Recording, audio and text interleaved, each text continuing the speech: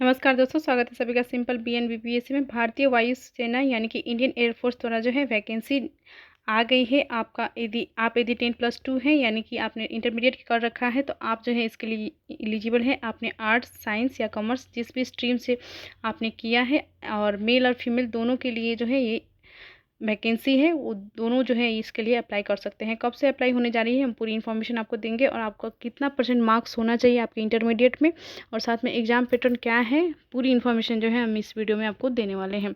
Channel को अभी तक आपने सब्सक्राइब नहीं किया है तो चैनल को जरूर सब्सक्राइब कर ले। शुरू करते हैं आज का वीडियो। देखिए, भारतीय वायुसेना जो है द्वारा जो है ये वैकेंसी निकाली गई है, आप देख पा रहे हैं, इंडियन एयरफोर्स। और आपका जो है कहा गया invites online application from on married, यानी कि आपको जो है शादीशुदा लेकिन आप नहीं हो, आप यदि ऑन मैरिड है तभी इसके लिए अप्लाई कर सकते हैं। इंडियन हो, आपका जो है नेशनलिटी इंडियन हो आप, और मेल और फीमेल दोनों इसके लिए जो है अप्लाई कर सकते हैं। और selection test for Agniveer intake 2 यानी कि सेकेंड इनटेक है ये, और 2025 का फर्स्ट इनटेक जो है निकाल दिया गया है। और देखिए, online registration starts from 8 July 2024 to 28 July, यानी कि 8 जुलाई से जो है आपका आवेदन शुरू हो जाएगा इंडियन एयरफोर्स के लिए वैकेंसी में। और आपका जो है 28 जुलाई तक इस आवेदन को आप कर सकते हैं।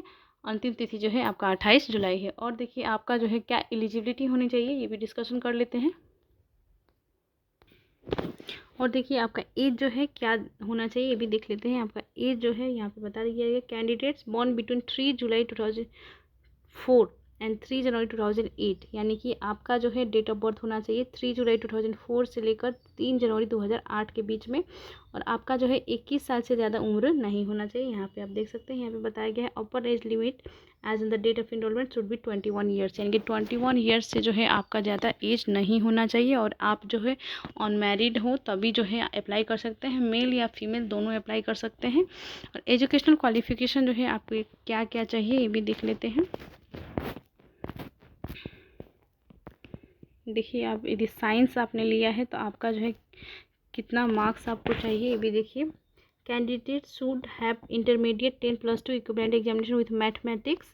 आपका जो यदि साइंस स्ट्रीम से है, आप आपने इंटरमीडिएट किया है साइंस से, तो आपका जो है इक्विवेलेंट आपका जो है मैथमेटिक्स होना चाहिए, फिजिक्स होना चाहिए और इंग्लिश होना चाहिए। और from education board recognize central CBSE या किसी भी स्टेट बोर्ड से आपने किया है, कोई दिक्कत नहीं है। और आपका जो है मार्क्स कम से कम 50% मार्क्स जो है आपका उस सब्जेक्ट में होना चाहिए। और इंग्लिश में भी जो है आपका एटलीस्ट 50% मार्क्स होना चाहिए। 50% मार्क्स यदि आपका इंग्लिश में कम है तो आप जो है इसके लिए अप्लाई नहीं कर पाएंगे। और देखिए,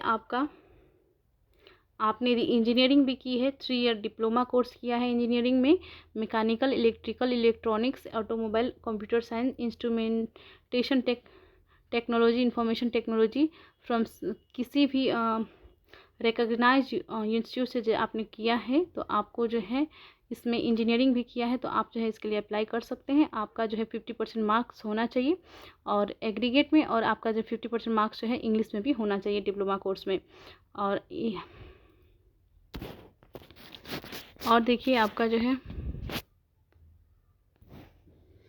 और देखिए आपने जो है 2 year vocational course with non vocational subject physics, mathematics आपने किया हुआ है, 50% मार्क्स आपका है। और इंग्लिश में जो है आपका 50% मार्क्स है, तो भी आप जो है इसके लिए अप्लाई कर सकते हैं।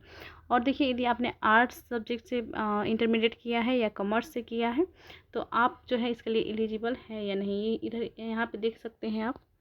अदर देन साइंस सब्जेक्ट यहाँ पे लिखा गया है। Past intermediate 10+2 equivalent examination any stream, यानी कि आप किसी भी स्ट्रीम से है, आर्ट्स से भी है तब भी अप्लाई कर सकते हैं, कॉमर्स से है तब भी अप्लाई कर सकते हैं। फ्रॉम किसी भी एजुकेशन बोर्ड से, स्टेट हो या सेंट्रल से, आपको जो है लेकिन 50% मार्क्स आपका इंटरमीडिएट में होना चाहिए। और इंग्लिश सब्जेक्ट में जो है आपका 50% मार्क्स होना चाहिए।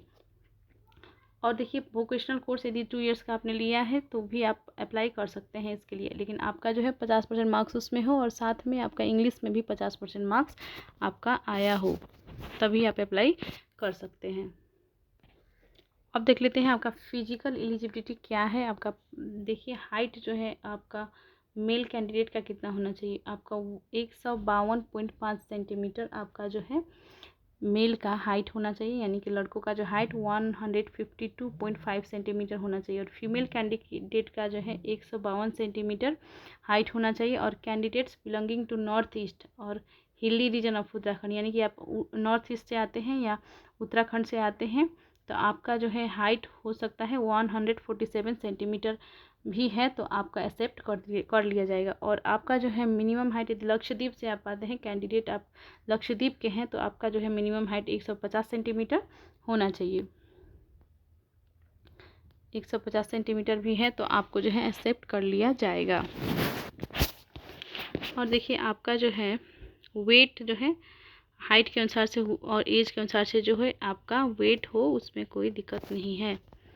और देखिए चेस्ट यहाँ पे बताया गया है मेल का जो है कितना होना चाहिए, आपका जो है 77 सेंटीमीटर जो है आपका मिनिमम चेस्ट होना चाहिए, और आपका एक्सपांसन जो है 5 सेंटीमीटर का होना चाहिए।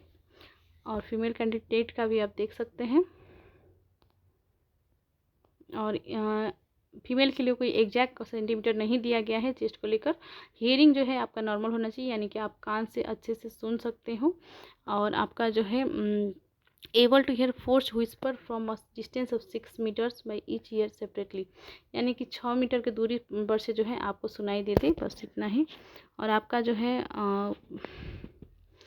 दांत आपका सही होना चाहिए, और आपका विजुअल एक्टिविटी जो है वहाँ पे देखिए यहाँ पे चेक किया जाएगा आपका आइज को लेकर भी, बाद में यदि आप एग्ज़ाम क्लियर कर जाते हैं तब।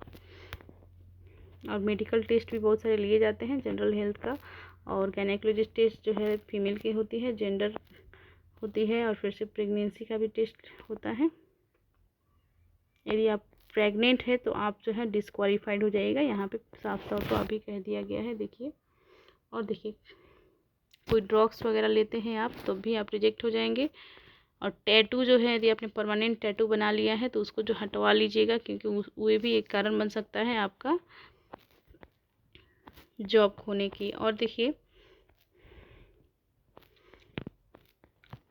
इतने ही है, इतना इन्फॉर्मेशन जो है आपको। और आपका जो है एडमिट कार्ड के वगैरह में और एग्ज़ाम पैटर्न के बारे में जो है हम आपको अगले वीडियो में बताएंगे। आप इन्फॉर्मेशन अच्छी लगी हो तो चैनल को सब्सक्राइब कर लें, और आपका सैलरी के स्कीम के बारे में जो है हम वो भी आपका अगले वीडियो में डिस्कस करेंगे। Thank you very much.